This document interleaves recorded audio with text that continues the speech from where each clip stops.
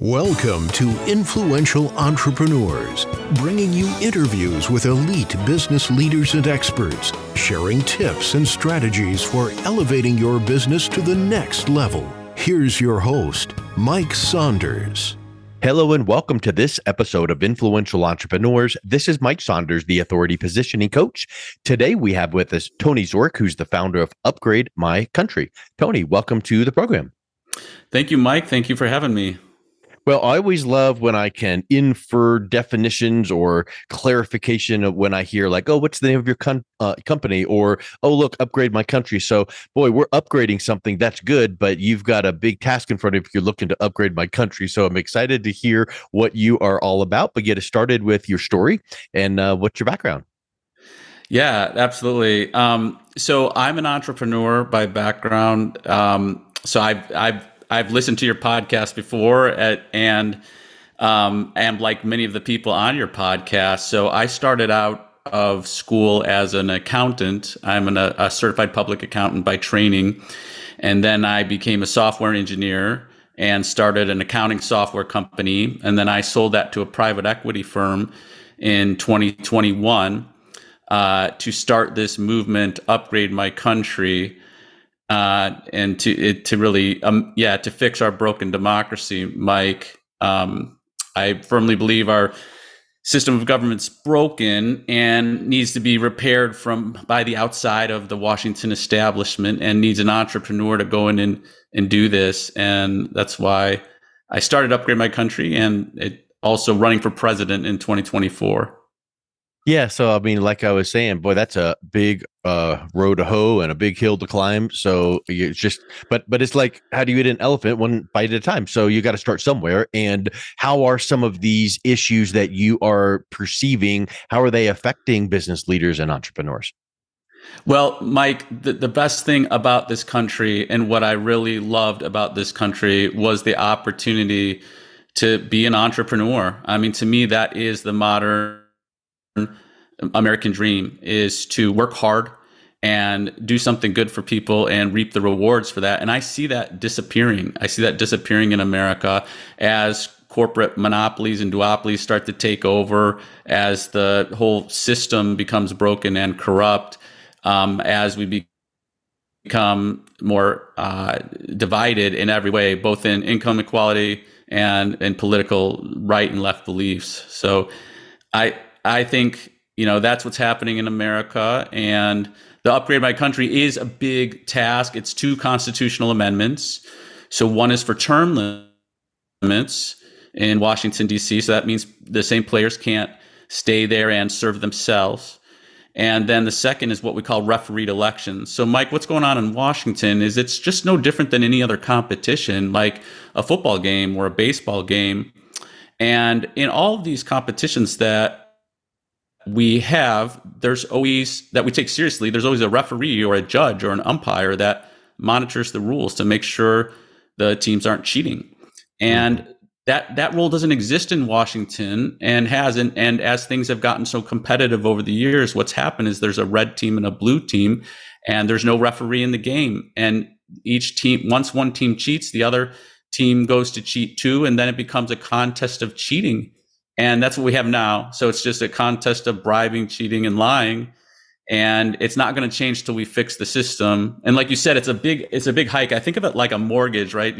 Whenever you got do you own a home? I imagine you probably do. I do. And I know I used to be in the mortgage banking industry about 15 years ago. And I know an interesting point, which maybe is the one you're going to make, but maybe it's not. The Latin derivative of the word mortgage is death grip. Well, so what I kind of the thing is, when you sit down and you sign that first mortgage, right, and get that house, you're like, oh my God, 30 years of payments. However am I going to pay off this house? And I think this is kind of the same thing, but I need to own a home. I need to level up, and I'm going to go ahead and do it. And I think we're in the same thing. Where do you begin fixing something that big? It's like that mortgage. It's the same feeling, but you might as well get going on it. And that's what I'm doing. And that's why I'm running for president in 2024. So, what are the things that you would say to an entrepreneur or a business owner that you would be fighting for on their behalf? Because if there is a sway toward corporate America and maybe, I don't know, tax benefits, what are some of the things that entrepreneurs can benefit from in your crusade? Yeah, well, so every citizen can benefit from a system that's for the people, by the people, of the people, right? And entrepreneurs are included in that subset. And like I said, I think this really gets back to the American dream that is disappearing in the current environment. So, one of the things I think the listeners of this podcast might find pretty interesting, Mike, is that the political industries, let's put like quotations around that, is absolutely no different than any business industry. Okay. Yeah. So it's absolutely no different in that there's a candidate. The candidate is the product or the service, and that the candidate who wins the contract or the election or wins in the marketplace is the one that's best marketed and advertised, right? And so what the candidates do now is, because that's the case, they go to all corporate sponsors who are happy to have money to get their way in the Congress and fund those campaigns. And so in essence, what we have is two law firms that work for corporations and represent them in the Congress versus citizens. And so this is a complete and total business dynamic. So if you think about what the problem really is there's really the Constitution demands that we have almost like a business to consumer model in the political industry, where the politicians should serve just the consumers or the citizens. But what's going on is there's a B2B submodel, which is these two law firms serving corporations, that's not supposed to exist per our Constitution, but is now the predominant business model. So what I'm doing with Upgrade My Country is, and what entrepreneurs can think about it as, is it's the first ever B2C offering in the political industry. Whereas we've got a president and political parties committed to only funding by citizens. And then what has to change is citizens have to donate to that presidential candidate and those political parties to make it work. And that's something really foreign to citizens. But it's very much in line with a business problem. And entrepreneurs, where they come in, is service to their country. So let's say we can do this. Let's say we can get an independent elected as president, and we really change the Constitution. Then the right people to go to Washington are the people listening on this podcast. They're entrepreneurs, they're innovators, they're people who can bring innovative ideas to the government and make change. Because at the end of the day, when you look at what the Congress prominently does, there's really three categories of issues. There's social issues, social economic issues, and economic issues. Social issues really have no impact on GDP or the budget, right? And we can fight on all those things all day long, but the predominant amount of issues are social economic issues and economic issues, where entrepreneurs are the ideal candidates to go to Congress and serve their country. You mentioned B2B, B2C. We know there's B2G, business to government. I will submit to you that there's another series of letters that would supersede those. And if you keep this series of letters in mind, then all these other issues really come to life, which is H to H, human to human. Because in reality, that sometimes those people or the humans or the feelings, they get left out of that equation because it gets to be all about, like you said, the B2B and B2C. It does. I mean, and that's also where it is run. The two firms, the Republican and Democratic duopoly, that they also collude to keep others out, right? That duopoly, it's faceless in terms of the human element of it. I mean, I think it look at this past week, we had the shooting in Nashville, and 6 people dead, 3 adults, 3 children in an elementary school. So this happened once in New Zealand, and they fixed the law, and it didn't happen again. And this happens weekly here. And it's not that we want to take away people's gun rights. But in a system that you don't trust, one, the problem needs to be solved. There's got to be some common sense gun laws out there. Yeah. And two, no, I understand how nobody who wants to give up any of their rights in a system that they don't trust, right? So that the biggest thing is restoring trust to the government, and we have that human to human element back to what, where it should be. Yeah. On your website, you talk about villains and heroes, and as a marketer, that resonates with me because it's the hero's journey, and you're not the hero, you're the guide. So I love your wording there, but talk a little bit more about what are the villains of democracy. Yeah. So Mike, I adopted a story brand technique to market this movement and I really thought it was the right marketing approach. And it's also a content marketing approach. If you look at, I've created music and story around this. I became a singer-songwriter, sung 25 songs, recorded them. So you can listen to my full music catalog on Spotify. This Friday, tomorrow, we're releasing an album of 12 songs, and there'll be 18 songs out. As well as the story. And we created a short film to illustrate the story called Upgrade My Country, the Story. But the story brand is the marketing technique that helps simplify this for the average person. What's going on in Washington is so convoluted and complex. And the story, where there are three villains or three kind of clowns, and then there's a hero and a guide, we are hoping will simplify the issue for people interested in this movement. But the villains are called Harry, Curly, and Bo. Harry is a lobbyist or profiting agent. He makes money off the dysfunction in Washington. Bo is an abusive capitalist. He's using the Congress to buy his way to unfairly create block laws and block taxes and laws that would hurt him, and pass legislation that's really going to help him, but circumventing the citizens, buying it directly for him.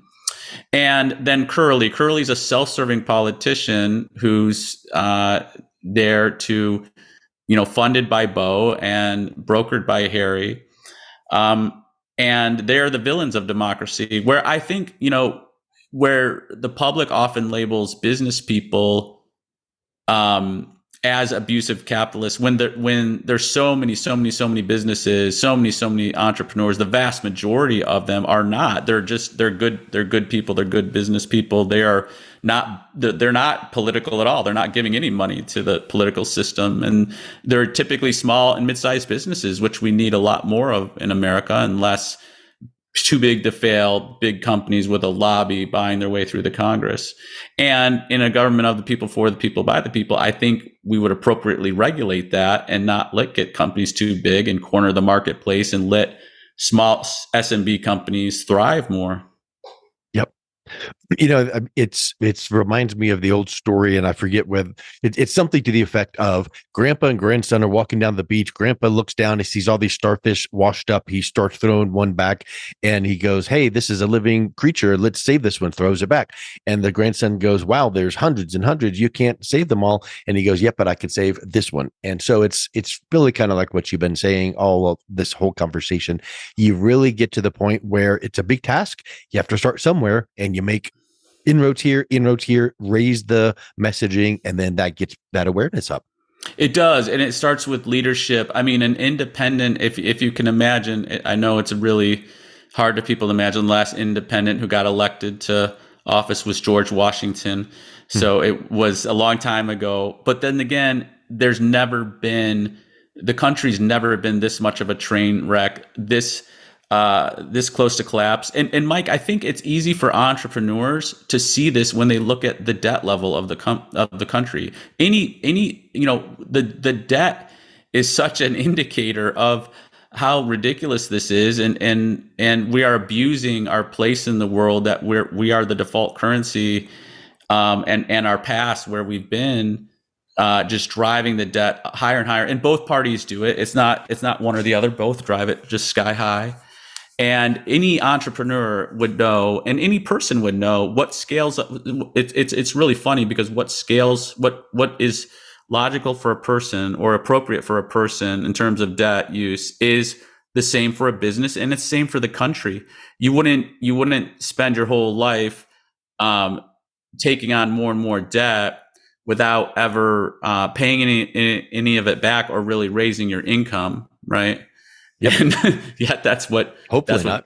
Yeah, I mean, you can't do that as a citizen. You can't do that as an entrepreneur. But yet, the government, this is the standard operating procedure, and it's going to collapse on us at some point. I don't know when. I'm as shocked as high as it is now, but it will. It cannot go on forever.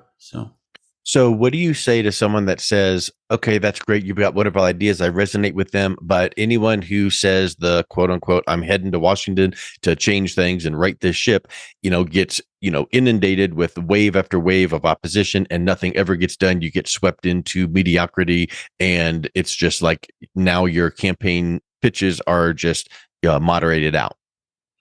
It's, I'm not sure what to say other than I think I can get elected as president. I'm running as a real candidate, Mike. I'm not running to, sell music or create a side business or anything. I do think I have a shot. It's early in the game. I have to get more of a following. I have to get more of awareness.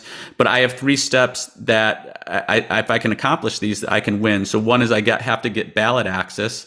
And that's what I would ask a lot of your listeners to do, is go to upgrademycountry.org, click on the ballot tab, and complete a little form there to help give me ballot access. It'll pledge ballot access in your state.